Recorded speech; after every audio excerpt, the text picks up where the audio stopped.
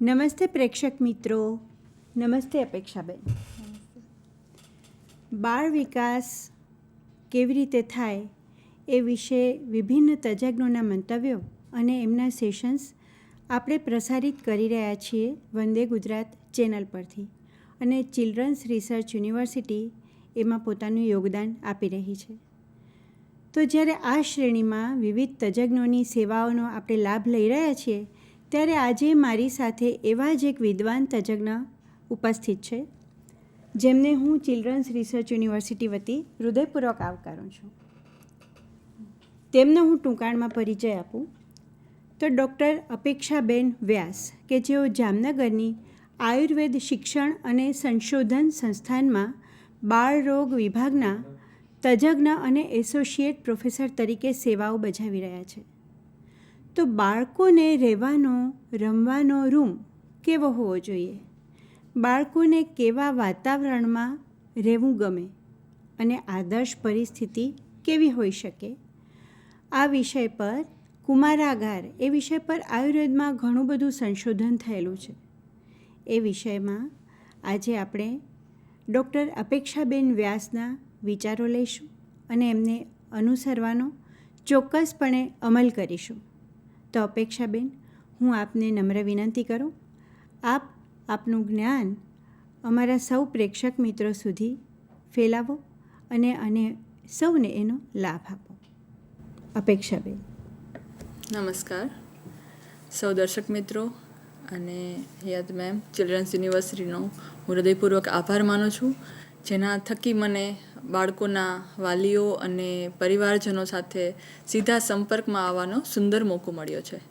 આજે આપણે જોશું કુમારાગાર વિશે. આયુર્વેદમાં કૌમારભૃત્ય કરીને એક બ્રાન્ચ છે, જેમાં બાળકોનું કઈ રીતે ઉછેર કરવો, એની બીમારીઓને કઈ રીતે ઠીક કરવી, એના વિશે વિસ્તૃત વર્ણન છે. એમાંનો એક સુંદર ટૉપિક છે, એ છે કુમારાગાર. કુમારાગાર, આગાર એટલે ઘર અને કુમાર એટલે બાળક. બાળકને કુમાર કીધેલું છે અને કોઈ પણ વિશિષ્ટ અવસ્થા જ્યાં જ્યાં આવે છે ત્યાં સ્પેશિયલ બાળકોની કે જે તે વ્યક્તિને રહેવાની વ્યવસ્થાનું વર્ણન મળે છે.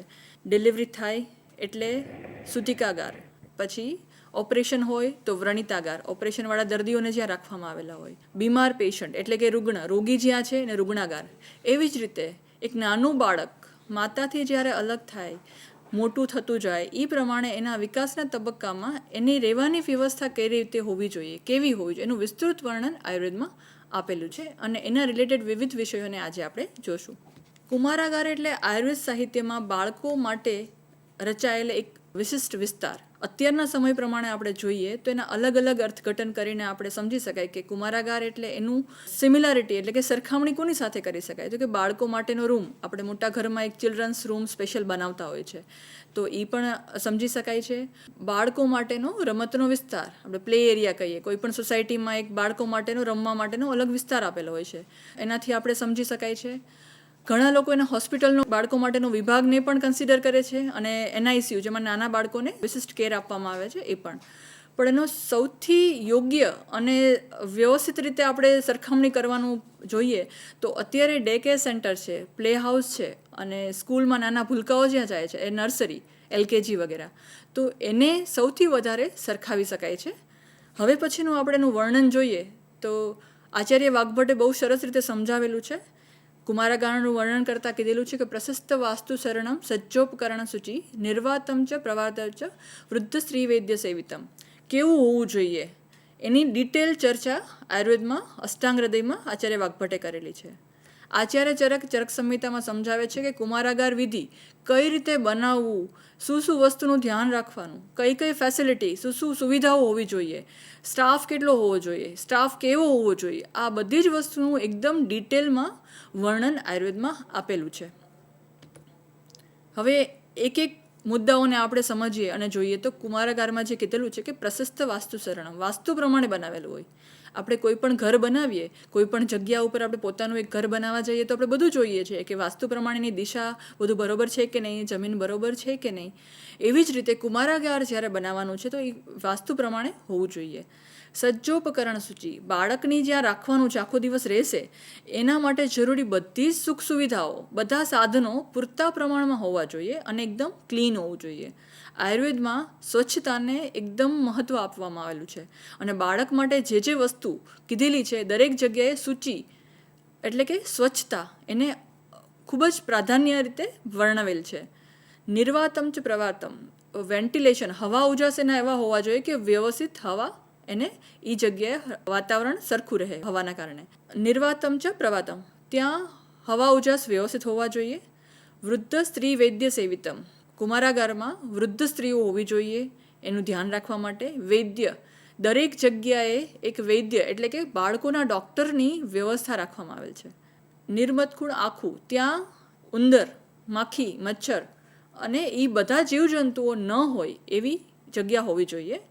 અતમસ્ક એટલે કે અંધારું ન હોય. તમ એટલે અંધારું, જ્યાં અજવાળું હોય, દિવસ દરમિયાન તમારે લાઇટ કરવાની જરૂર ન પડે એટલો પ્રકાશ ત્યાં હોવો જોઈએ. તે વાસ્તુવિદ્યા કુશલ, જે એક્સપર્ટ આર્કિટેક્ચર છે એના દ્વારા એની સલાહથી બનાવવામાં આવેલું હોવું જોઈએ. રમ્ય, એકદમ સુંદર હોવું જોઈએ, જગ્યા એવી સરસ હોવી જોઈએ કે બાળકને ત્યાં રહેવું ગમે. અતમસ્ક, જે પ્રમાણે કીધું, લાઇટની દિવસમાં જરૂર ન પડવી જોઈએ અલગથી. દ્રઢ, એકદમ મજબૂત બાંધકામ હોવું જોઈએ. એ જગ્યા એવી હોવી જોઈએ કે જ્યાં કૂતરા છે, શિયાળ છે, એવા બધા જે કરડવાવાળા છે એવા પશુઓ પણ ન પહોંચી શકવા જોઈએ. પછી છે સુવિભક્ત સલિલ ઉલુખલ મૂત્રવર્ચ સ્થાન ભૂમિ મહાનસ, એટલે કે એ જગ્યામાં દરેક વિભાગો વ્યવસ્થિત રીતે વિભાજિત કરેલા હોવા જોઈએ. જેમ કે પાણીનું સ્ટોરેજ કઈ જગ્યાએ હોવું જોઈએ, પીવાના પાણીની વ્યવસ્થા ક્યાં હોવી જોઈએ, બાથરૂમ, ટોયલેટ કઈ જગ્યાએ હોવા જોઈએ, નાવાની વ્યવસ્થા કઈ જગ્યાએ, અને મહાનસ, બાળક હોય એટલે વારંવાર એને અલગ અલગ વસ્તુઓ બનાવીને, દૂધ બનાવીને આપવાનું થતું હોય તો કિચનની પણ વ્યવસ્થા ત્યાં કીધેલી છે. એના પછી આવે છે ઋતુ સુખમ, સૌથી ઇમ્પોર્ટન્ટ. અત્યારે આપણે જોઈએ અમુક ઘરમાં આપણે બહુ ગરમી થતી હોય, અમુકમાં બહુ ઠંડી લાગતી હોય, અને અમુક ઘર એવા આપણે મળી જાય ઘણીવાર કે જ્યાં શિયાળામાં બહુ ઠંડી પણ ન લાગે, ઉનાળામાં બહુ ગરમી પણ ન થાય અને ચોમાસામાં તકલીફ ન થાય. આયુર્વેદમાં આ વ્યવસ્થાને કીધેલું છે ઋતુ સુખમ. બાંધકામ અને જગ્યા એવી સરસ હોવી જોઈએ કે દરેક ઋતુમાં તમને તકલીફ ઓછી પડે. શિયાળામાં ઠંડી ઓછી લાગે, ઉનાળામાં ગરમીને કારણે તકલીફ ઓછી થાય બાળકને, અને ચોમાસામાં પણ તકલીફ ન થાય. એનાથી વિશેષ કીધેલું છે ઋતુ પ્રમાણે શયન આસન આસ્તરણ. બાળકની વ્યવસ્થા ત્યાં છે, બાળક છે બધા, પણ ઋતુ પ્રમાણે ત્યાં ગરમ કોટનના, રેશમી વગેરે જે કપડાં કીધેલા છે એ સૂવા માટેની વ્યવસ્થા, આસન પાથરવા માટેની વ્યવસ્થા અને ઓઢવા માટેની સંપન્ન બધું પૂરતા પ્રમાણમાં હોવું જોઈએ. એના પછી આવે છે કે સુવિહિત રક્ષા વિધાન. આપણે કોઈ પણ જગ્યાએ જઈએ નવા ઘરમાં રહેવા તો બલિ મંગલ હોમ વગેરે આપણે યજ્ઞ કરતા હોઈએ છીએ, કોઈ મંગલ કાર્ય કરતા હોય છે, તો આ બધું ત્યાં જતાં પહેલાં કરવાનું હોય છે અને રેગ્યુલર ટાઈમે કરવાનું હોય છે. આ બધું સાયન્ટિફિકલી એટલું જ ઇમ્પોર્ટન્ટ છે, મહત્ત્વનું છે કે યજ્ઞ વગેરે આપણે કરીએ છીએ તો એનાથી વાતાવરણમાં જે વિષાણુ વગેરે હોય છે, જીવાણુ હોય છે, જેના કારણે આપણે વારંવાર બીમારીઓથી પીડાય છે, એ બધાનો નાશ થાય છે. એટલે વાતાવરણ શુદ્ધ થાય છે અને પવિત્ર થાય છે. એટલે રેગ્યુલર સમયે ત્યાં યજ્ઞ વગેરે પણ કરવું જોઈએ. એના પછી સૌથી ઇમ્પોર્ટન્ટ આવે છે એ છે સૂચિ વૃદ્ધ વૈદ્ય અનુરક્ત જન સંપૂર્ણ. આ બધી તો વ્યવસ્થા થઈ ગઈ, પણ બાળકને રાખવા માટે સૌથી વધારે જરૂર પડશે ત્યાંના સ્ટાફની. તો સ્ટાફ કેવો હોવો જોઈએ? અગેન આવે છે પાછું સૂચિ એટલે કે સ્વચ્છ. સ્વચ્છ એટલે વ્યક્તિ પોતે ક્લીન હોય અને એનું અંતઃકરણ પણ ક્લીન હોય.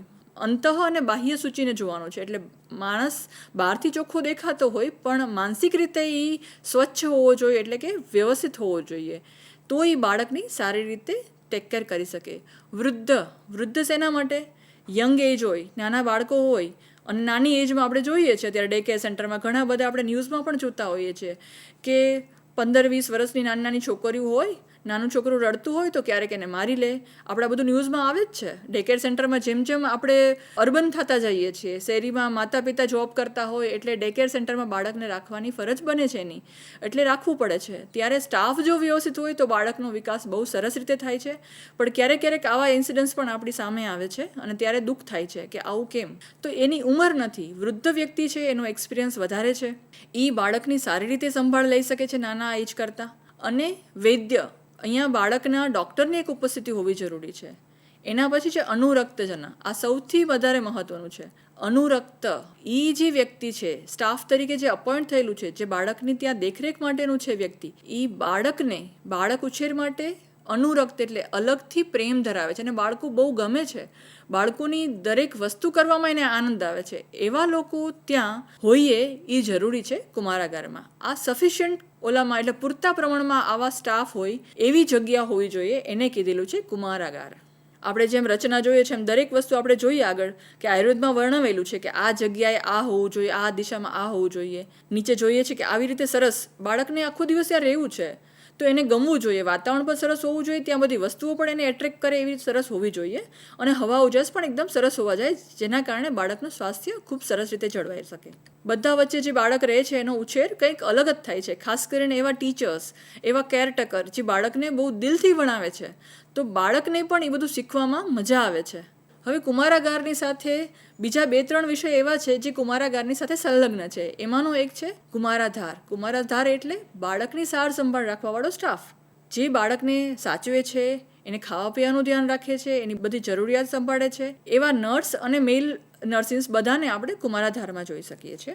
હવે આ કેવો હોવો જોઈએ એના માટે પણ કીધું છે કે સ્ટાફ કેવો અપોઇન્ટ કરવો. અભિયુક્ત સદાચારો નાતિ સ્થૂલો નાલોલુપ કુમારાધાર કર્તવ્ય તત્રાદ્યો બાલચિત્વિત. એવો અપોઇન્ટ કરવાનો સ્ટાફ કે જે સદાચારી હોય, સ્થૂલ ન હોય. આ વસ્તુ આપણે ડિટેલમાં પછી જોઈએ છીએ, પણ કેવો સ્ટાફ ન હોવો જોઈએ. વ્યક્તિ જે છે, સ્ત્રી હોય કે પુરુષ હોય, અધાર્મિક ન હોવો જોઈએ, દુરાચાર, જેના આચાર અલગ છે, સમાજથી વિરુદ્ધ છે, યોગ્ય નથી, સ્થૂલ, વધારે પડતું વેઇટ હોય, વિકટગામીને, જેના આડાઅવળા કામમાં પરોવાયેલા હોય, એવા લોકો જ્યારે બાળ ઉછેરમાં સંકળાય છે ત્યારે બાળકનું નુકસાન થાય છે. તો કઈ ટાઈપનું નુકસાન થાય છે? આચાર્ય કહે છે એવા લોકો જ્યારે બાળકનો ઉછેર કરે છે ત્યારે એ બાળક કેવું બને છે તો કે લોલુપ, લાલચું બને છે, કારણ કે ઉલટા રવાડે ચડી જાય નાનપણથી બાળક, એટલે એને ફરીથી વાળવું અઘરું બની જાય છે. અને જેવા સાથે રહે એના જેવું થાય. આપણે કહીએ છીએ ને કે સંગ તેવો રંગ. બાળક જેની સાથે વધારે સમય ગુજારશે, જેની સાથે લાંબો સમય રહેશે, એને જોઈને એના વર્તનને આધારે ઘણું ઘણું શીખતું હોય છે બાળક. એને કહીએ અને શીખવાડીએ એ તો બહુ ઓછો છે એનું પ્રમાણ, પણ બાળક આપણી સાથે રહીને બધું શીખે છે એ જ મુખ્ય છે. અને જો બાળકના ખોરાકની વ્યવસ્થિત ધ્યાન ન રાખવામાં આવે તો બાળક બધું ખાતું રહે અને એના કારણે અનેક રોગો થાય છે. એટલે આવું બાળક આરોગ્યને પણ ગુમાવે છે લાંબા ગાળે, અને એને સાયકોલોજીકલી માનસિક રીતે એટલે કેરેક્ટરના હિસાબે જોવા આવે તો એક સજ્જન બાળક નથી બનતું, એ લોલુપ અને લાલચું બને છે. હવે આપણે એક એક વિષયને જોઈએ કે સદાચારી શા માટે. તો એક સારું વ્યક્તિ હશે તો એના વિચાર અને એનું વર્તન પણ પવિત્ર અને સારું હશે, એના કાર્યો, એ જે કામ કરતું હશે એ પણ સરસ રીતે કરતું હશે, એના વિચાર ઉમદા સાથે સાથે એની જીવનશૈલી અને ચરિત્ર પણ એટલું સરસ હશે. આ બધાને ગુણોને આધારે એક વ્યક્તિ નક્કી કરી શકે કે ચલો હવે આ બાળક મારું બાળક છે, એ વ્યવસ્થિત હાથમાં છે, એની કાળજી અને ચિંતા વ્યવસ્થિત રીતે આ વ્યક્તિ કરશે. તો આના કારણે આપણે નિશ્ચિંત પણ રહીએ છીએ અને આ જે ગુણ છે સદાચારી, એની બાળકના જીવન ઉપર ખૂબ જ સારી અસર થાય છે. એના પછી છે નાતિ સ્થૂલ. વ્યક્તિ છે એ જાડું ન હોવું જોઈએ. આયુર્વેદમાં એવું કીધેલું છે કે મોટાભાગે જ્યારે વધારે પડતા જાડા હોય વ્યક્તિ તો એ લોકોમાં સ્ફૂર્તિનો અભાવ હોય છે. હવે જ્યારે બાળકની કેર કરવાની આવે, ખાસ કરીને નાનું બાળક હોય તો એને ભૂખ લાગે, તરસ લાગે, પીપી છીછી કરે અને નાની નાની વસ્તુમાં એને સતત સપોર્ટની જરૂર હોય છે, ત્યારે કઈ રીતે નાજુક રીતે અને સરસ રીતે એને સંભાળવું એના માટે એક સક્રિય વ્યક્તિની ખાસ જરૂર હોય છે. તો બાળ ઉછેર માટે અને બાળની ટેક કેર કરવા માટે એક વ્યક્તિ તરીકે એક બહુ ઓબેઝ એટલે કે વધારે પડતું વજનવાળો ન હોવું જોઈએ એવું આયુર્વેદમાં સૂચવેલ છે. અતિ લોલુપ ન હોવું જોઈએ, લાલચ ન હોવી જોઈએ. આપણે જોઈએ છીએ કે કોઈ સ્ટાફ તરીકે અપોઇન્ટ કરેલા હોય, એને વ્યવસ્થિત પગાર મળતો હોય, પણ તો એ આશા રાખે કે પેરેન્ટ્સ વધારે આપે તો જ એના બાળકનું ધ્યાન રાખે. તો આ એક ખોટી આદત છે. એને બાળનો ઉછેર કરવો જ ગમે છે, એનું કર્તવ્ય મેઇન છે, તો એ સરસ રીતે બાળકને ઉછેર કરી શકશે. એના કારણે કેવું થાય છે કે એ વધારે મળે તો જ બાળકનું ટેક કેર કરે, અને બાળકને જે પણ આપવાનું હોય એ એના સુધી પહોંચે અને ન પણ બને, આવું જનરલી જોવા મળતું હોય છે. અને એટલા માટે આપણે જોયું છે કે ઘરોમાં જ્યાં કેરટેકર રખાય છે, આયાબેન રાખે છે, ત્યાં ઘરમાં 24 કલાક સીસીટીવી કેમેરા ચાલુ રાખવા પડે છે. શા માટે? ઘણી બધી વાર એવું આવ્યું છે કે બાળકને જે પણ આપવું હોય એ બાળક તો ખાતું ન હોય, પણ એની સાથે જે રાખેલું છે એક વ્યક્તિ એ પોતે ખાઈ જતું હોય છે. તો એનો સ્વભાવ જ એટલો હોવો જોઈએ કે એને લોલુપ, લાલચ ન હોવી જોઈએ. એના પછી છે કર્તવ્ય તત્પર. હવે જ્યારે એક અપોઇન્ટ કરેલા છે કોઈ વ્યક્તિને જોબ ઉપર કે એને બાળ સંભાળ જ મેઇન કરવાની છે, તો ત્યારે એનું પ્રથમ કર્તવ્ય છે કે બાળકની વ્યવસ્થિત રીતે ધ્યાન રાખવું અને એની કાળજી કરવી, નહીં કે બીજા કામમાં ધ્યાન. જ્યારે આ વસ્તુ ન હોય આપણા ગુણોમાં, કર્તવ્ય તત્પરતા ન હોય, ત્યારે ઇમેજિન કરો, આપણે કલ્પના કરી શકીએ કે એક કોઈ છે નાનું, જેની ઉંમર નથી, 20-22 વર્ષનું કોઈ છે, એને ધ્યાન રાખ્યું છે નોકરી માટે, બરાબર રાખેલું છે, અને બાળક મોબાઈલમાં જોવે છે, સાથે બાળક એની સાથે જોવા માંડે. એને ધ્યાન નથી કે કઈ વસ્તુનું કેટલું ધ્યાન અને કેટલી સજાગતા હોવી જોઈએ. બાળકને કંઈ જરૂર છે તો પણ એ ઇગ્નોર કરશે કે હા પછી કરીશ, પછી ખવડાવીશ, પછી આ કરશું. તો એક શિસ્તતાનો હંમેશા અભાવ રહે જ્યારે કર્તવ્ય તત્પર વ્યક્તિ ત્યારે ન હોય. એના પછી મુખ્ય વસ્તુ આવે છે બાલચિત્તવિદ. બાળકની મનોસ્થિતિ મોટા કરતાં અલગ હોય છે, એટલે બાળ મનોવિજ્ઞાનનું થોડું જ્ઞાન હોય એવો વ્યક્તિ જો જ્યારે આ રીતે કેરટેકર તરીકે અપોઇન્ટ થાય, એને રાખવામાં આવે, એમાં પછી આપણે ટીચર પણ સમજી શકીએ, ડે કેર સેન્ટરનો સ્ટાફ પણ સમજી શકીએ. અને જ્યારે આખું એક મોટું ડે કેર સેન્ટર હોય, તો કુમારાગારની જ વાત કરીએ તો એમાં રસોઈની કામગીરીથી લઈને સફાઈ કરવાવાળા કામગીરીથી લઈને એની સાથે રમવાવાળું જે વ્યક્તિ છે, બધા જ લોકો બાળકની મનસ્થિતિ એટલે મનોસ્થિતિને ધ્યાનમાં રાખીને વર્તન કરે તો બાળકનો ઉછેર અત્યંત સુંદર રીતે આપણે કરી શકીએ છીએ. કારણ કે બાળકની ઉંમર પ્રમાણે એ અલગ અલગ વર્તનથી સમજાવે છે કે એને આ ગમે છે કે નથી ગમતું, બાળકને શું જોઈએ છે અને શું નથી જોતું. એની સાથે રહેતું વ્યક્તિ એને સરસ રીતે સંભાળે તો બાળકનો ઉછેર ઓછી તકલીફ સાથે થાય છે. આયુર્વેદમાં એવું કીધેલું છે, જો બાળકની પ્રકૃતિ બાળકને જેવું ગમે છે અને બાળકને જેવું રહેવું ગમે છે, એનાથી ટોટલી ઓપોઝિટ જ્યારે ગુણો હોય છે, ત્યારે એ બાળકના ઉછેરમાં એ બાળક અંદર ખૂબ જ તકલીફ અનુભવે છે અને એનો વિકાસ થોડો પણ રૂંધાય છે. આપણે ટૂંકમાં જોઈએ તો આ બધાનો આપણે નિચોડ એ છે કે જે સ્ટાફ બાળકના ઉછેર સાથે સંકળાયેલ છે એમાં આ 4 વસ્તુ હોવી જોઈએ. એક તો સારું ચારિત્ર હોવું જોઈએ, એની લાઇફસ્ટાઈલ જીવનશૈલી સારું હોવી જોઈએ, કારણ કે એ પોતે રહેશે તો સારી રીતે રહેતું હશે, પોતાનું જીવન સરસ રીતે સંભાળતું હોય તો એ બીજાના હેલ્થની, સ્વાસ્થ્યની રક્ષા કરી શકે છે. એનું સ્વાસ્થ્ય પણ સારું હોવું જોઈએ. વ્યક્તિ પોતે જ બીમાર છે તો એ બીજા બાળક ઉપર ધ્યાન ન રાખી શકે, તો એનું સ્વાસ્થ્ય ખૂબ સારું હોવું જોઈએ. જ્ઞાન હોવું જોઈએ, જ્ઞાનવાન હોવું જોઈએ ને કુશળ, એની કુશળતા હોવી જોઈએ, સ્કિલ હોવી જોઈએ કે બાળકને કઈ રીતે સંભાળવું.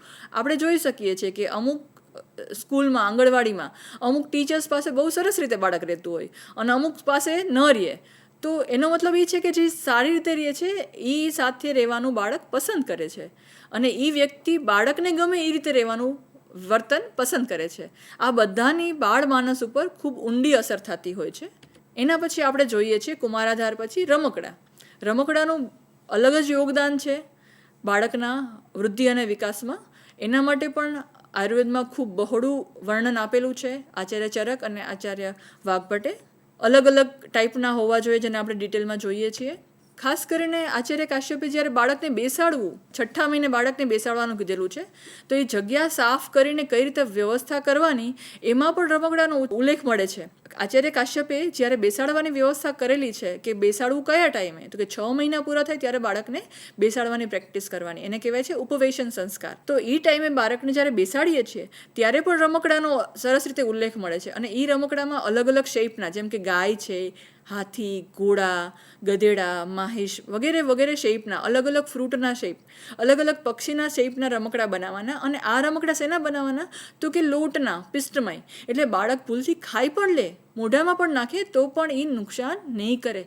એ મટીરિયલ એવું હોય કે જેના કારણે બાળકના ભૂલથી મોઢામાં જતું પણ રહ્યું તો પણ એ ખોરાક હોવાના કારણે એ કોઈ પણ નુકસાન પહોંચાડતું નથી. હવે આપણે વિસ્તૃત રીતે જોઈએ તો રમકડા માટે કીધેલું છે એમાં સૌથી પહેલાં છે વિચિત્ર હોવું જોઈએ, વિચિત્રાણી, એટલે કે એટ્રેક્ટિવ હોવા જોઈએ. આપણે કોઈ પણ બાળકને એક સિમ્પલ ચોરસ બ્લોક આપી દઈએ કે સાદો એક રમકડાનો બોલ આપી દઈએ તો નહીં ગમે. એટલે બાળક અલગ અલગ વસ્તુથી આકર્ષિત થાય છે. એના કલર્સ અલગ હોવા જોઈએ, શેપ અલગ હોવા જોઈએ, એક અલગ રેન્જના રમકડાઓ એને પસંદ છે, એટલે એટ્રેક્ટિવ હોવું જોઈએ. બીજું છે ઘોષવંત્યા. રમકડા એવા હોવા જોઈએ જે અવાજ કરે, મ્યુઝિક હોય, અને એ મ્યુઝિક પણ એને ગમે એવું હોવું જોઈએ. એના પછી છે અભિરમાણી, એટલે કે એકદમ સુંદર હોવા જોઈએ. આપણે ઘણા રમકડા એટલા સરસ હોય છે કે બાળક રમતા હોય ને આપણે પણ રમવાની ઈચ્છા થાય, તો રમકડા એટલા સુંદર હોવા જોઈએ કે જેને બાળકને વારંવાર રમવાની ઈચ્છા થાય છે. અગુરુની, એટલે કે એટલા વજનવાળા, ભારે ન હોવા જોઈએ કે બાળક પોતાની સાથે કેરી કરીને લઈ જતું હોય એક બીજા જગ્યાએ તો પણ એ પડે નહીં અને ઉપાડી શકે, પડે તો પણ લાગે નહીં. એટલે કીધેલું છે કે વજનવાળું ન હોવું જોઈએ. એના પછી છે અતીક્ષ્ણાગ્રાની. રમકડાનો શેપ એવો હોવો જોઈએ કે જેના કારણે કોઈ શાર્પ એટલે તીક્ષ્ણ ન હોવો જોઈએ કોઈ પણ ખૂણો કે જેના કારણે એને લાગવાની અને ઈજા થવાની શક્યતા રહે. એના પછી છે અનાસ્ય પ્રવેશી. નાનું બાળક છે, એને ખ્યાલ નથી કે આ મોઢામાં નહીં નાખવાનું, નાકમાં નહીં નાખવાનું, તો એની સાઇઝ એવડી હોવી જોઈએ રમકડાની કે એની મોઢામાં ન જઈ શકે. એનો મતલબ કે એટલું તો મોટું હોવું જ જોઈએ કે બાળક એને મોઢામાં ન નાખી શકે. એના કારણે આ ટાઈપની મોઢામાં નાખી દે અને પછી ઘણીવાર ઇમરજન્સી સર્જાતી હોય છે, હોસ્પિટલ લઈ જવું પડે બાળકને કે ચલો આ નાનકડો હિસ્સો અંદર વયો ગયો, નાનો બોલ અંદર નખાઈ ગયો, કાઢી નાખો, એવી કોઈ પણ સિચ્યુએશન ન ડેવલપ થાય. અને એના પછી કીધેલું છે અપ્રાણહરાણી. એની કોઈ પણ કેમિકલ એવા ન વપરાયેલા હોવા જોઈએ કે જેના કારણે લાંબા ગાળે કે ટૂંકા ગાળે એની કોઈ સ્વાસ્થ્ય માટે નુકસાન થાય, કોઈ હાર્મફુલ ઇફેક્ટ એના શરીર ઉપર થાય. એટલે કીધેલું છે અપ્રાણહરાણી. વિચિત્ર તો હોવા જોઈએ, પણ એની સાથે એક ઇમ્પોર્ટન્ટ કીધું છે અવિત્રાસનાની. અલગ અલગ હોય પણ એવા પણ અલગ અને એટલા વિચિત્ર ન હોવા જોઈએ કે એનાથી ત્રાસ થાય. ત્રાસ બાળકને ન થવો જોઈએ. આપણે જોઈએ છીએ ઘણીવાર કે હોરર મૂવીના હોય એમાં પણ એવા ઢીંગલીને બતાવેલું હોય એવા પણ રમકડા આવે છે, તો એ હંમેશા બાળકના વિકાસમાં એને ડર ડેવલપ કરે છે. ઘણીવાર બાળક ડરી જાય છે, એટલે એવા ન હોવા જોઈએ કે જેના કારણે અલગ લાગે, વધારે ડર લાગે બાળકને. વયો અનુકૂલા. બાળકની ઉંમર પ્રમાણે રમકડાની કેટેગરી પણ ચેન્જ થતી હોય છે. નાના બાળકના અલગ હોય, એનાથી મોટાના અલગ, એટલે વયને અનુરૂપ રમકડા હોવા જોઈએ. એના પછી આચાર્ય કીધેલું છે જાતુષમ. આપણે જોયું આચાર્ય કાશ્યપે શું કીધું, લોટના બનાવેલા હોવા જોઈએ જ્યારે ઉપવેશનમાં યુઝ થાય છે. જાતુષમ એટલે લાખ. આપણે ગુજરાતીમાં જેને લાખ કહીએ છીએ. હવે લાખ એવી વસ્તુ છે કે જેની ઘણી બધી ઔષધીય ગુણો છે કે ધારો કે ભૂલથી મોઢામાં બી જતું રહે ને બાળકને તો એને નુકસાન નહીં કરે. એટલે એને કીધેલું છે કે જાતુષમ, જે થોડા ટકવામાં પણ થોડા સક્ષમ છે, લાંબો ટાઈમ રહેશે. અને લાખ જો મોઢામાં જશે બાળક ભૂલથી તો એની બેનિફિશિયલ એટલે કે ફાયદાકારક જ અસર થશે, નુકસાન નહીં થાય. અને લાસ્ટમાં કીધેલું છે કે એના શેપ કેવા હોવા જોઈએ, તો કે ગાય છે, ઘોડો છે, હાથી, જે જાણીતા છે એવી દરેક વસ્તુ જો રમકડામાં હોય તો બાળક ઘણું બધું શીખી શકે છે અને એને એ વસ્તુ જાણીતી લાગે છે. છેલ્લે આવે છે કુમારાગારમાં. જોયું કુમારાગાર કેવું હોવું જોઈએ, કુમારાધાર એટલે સ્ટાફ કેવો હોવો જોઈએ, રમવાના રમકડા કેવા હોવા જોઈએ. હજી એક ઇમ્પોર્ટન્ટ વસ્તુ છે, એ છે ક્રીડાભૂમિ. આપણે કોઈ પણ જગ્યાએ પ્લે હાઉસ હોય અથવા તો સ્કૂલનો એક એરિયા હોય અથવા તો રૂમ હોય આપણો, તો પણ એક બહાર ખુલ્લી જગ્યા આપણે ઘરમાં પણ રાખીએ છીએ ફળિયા, કે જ્યાં બાળક ખુલ્લી જગ્યામાં રમી શકે. આયુર્વેદમાં એને ક્રીડાભૂમિ કીધેલું છે. ક્રીડાભૂમિ વિશે કહેવાયેલું છે કે ક્રીડાભૂમિ સમાકાર્ય નિશસ્ત્રોપલ શર્કરા. એટલે એને ડિટેલમાં આપણે જોઈએ કે સમ હોવું જોઈએ. મેદાન જે રમવાનું છે, જ્યાં બાળક રમે છે, ત્યાં ચાલતા ચાલતા પડી ન જાય, ઉબડખાબડ ન હોવું જોઈએ, એટલે સમતોલ હોવું જોઈએ અને રમવા માટે સેફ હોવું જોઈએ, જેના કારણે બાળક રમતા રમતા કોઈ ઈજાનો ભોગ ન બને. એના પછી છે નિશસ્ત્રોપલ શર્કરા. એમાં એવા કોઈ તીક્ષ્ણ હથિયાર, ઘણીવાર આપણે સેફ્ટી પિન છે, ટાંચણી છે, કોઈ લોખંડના કાટવાળા નાના નાના સાધનો ઘણીવાર રહી જતા હોય છે, તો મેદાન એવી બધી વસ્તુઓથી રહિત હોવું જોઈએ. એવી કોઈ પણ વસ્તુ મેદાનમાં ન મળે જેના કારણે એને ઈજા ન થાય. પછી ઓપલ શર્કરા એટલે એવા ખરબચડા પથરા, કોન્ક્રીટ, કે જેના કારણે રમતા રમતા લાગી જાય અને ઇન્જરી થાય એવું ન થાય. અને એટલા બી કે બાળક રમતા રમતા એને મોઢામાં નાખે અને એવી કોઈ પણ રમતથી એને લાગવાના ચાન્સીસ રહે, એવા કોઈ પણ વસ્તુઓ મેદાનમાં ન હોવું જોઈએ. સમ હોવું જોઈએ, આ બધી વસ્તુઓથી રહિત હોવું જોઈએ. અને વિશેષ રીતે જે આયુર્વેદમાં કીધેલું છે, આપણે જનરલી જોઈએ છીએ કે બાળક પડી જાય, માટીમાં હોય અને પડી જાય અને કટ થયું એટલે આપણે ધનુરના ઇન્જેક્શન દેવા પડે છે, બરાબર? કારણ કે એમાં માટીમાં જે જીવાણુ હોય એનાથી ટીટેનસ થવાની શક્યતા રહે છે. તો એના માટે આયુર્વેદમાં ખૂબ જ સરસ રીતે સમજાયું છે કે મેદાનમાં જે જમીન છે એને તમે ઔષધીય દ્રવ્યોના ઉકાળેલા પાણીથી એના ઉપર સિંચન કરી નાખવાનું. એટલે પાણી છાંટીએ આપણે સાદું, એની બદલે આવું દવાવાળું પાણી નાખવાનું, જેના કારણે બાળક પડશે તો પણ એને કોઈ પણ જમીનને કારણે જે જીવાણુઓ છે એનો ચેપ લાગવાની શક્યતા નહીં રહે.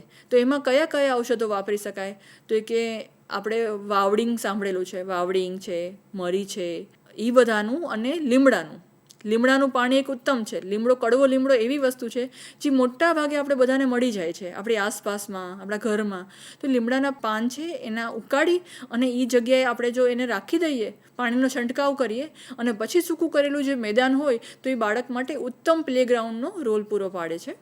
તો આ હતું આપણું ક્રીડાભૂમિ એટલે રમતના મેદાનનું આયુર્વેદમાં જે વર્ણન છે એ આપણે આજ જોયું.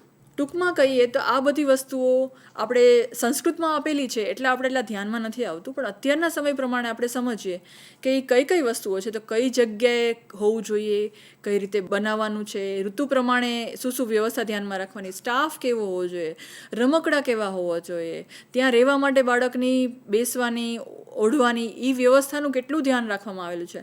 આ અત્યંત સૂક્ષ્મ વસ્તુઓ છે જે આપણે ધ્યાનમાં પણ નથી. એ બધી જ વસ્તુઓનું ખૂબ જ સુંદર રીતે આયુર્વેદમાં વર્ણન જોવા મળે છે.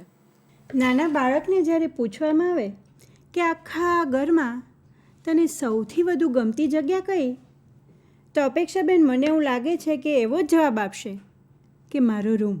એક્ઝેક્ટલી. બાળક જ્યારે બહારથીના મિત્રો આવે ને ત્યારે સીધો લઈ જાય પોતાના રૂમમાં, કારણ કે એ એની સગવડવાળો રૂમ છે. ત્યાં એને ગમતા રમકડાં છે, એની ગમતી જગ્યા છે, અને સૌથી વધારે તો એને ત્યાં હૂંફ અને સલામતીનો અહેસાસ થાય છે. તેને એવું લાગે છે કે આ જગ્યા મારી પોતાની છે, ત્યાં હું જે કરીશ તે બધું જ ચાલશે.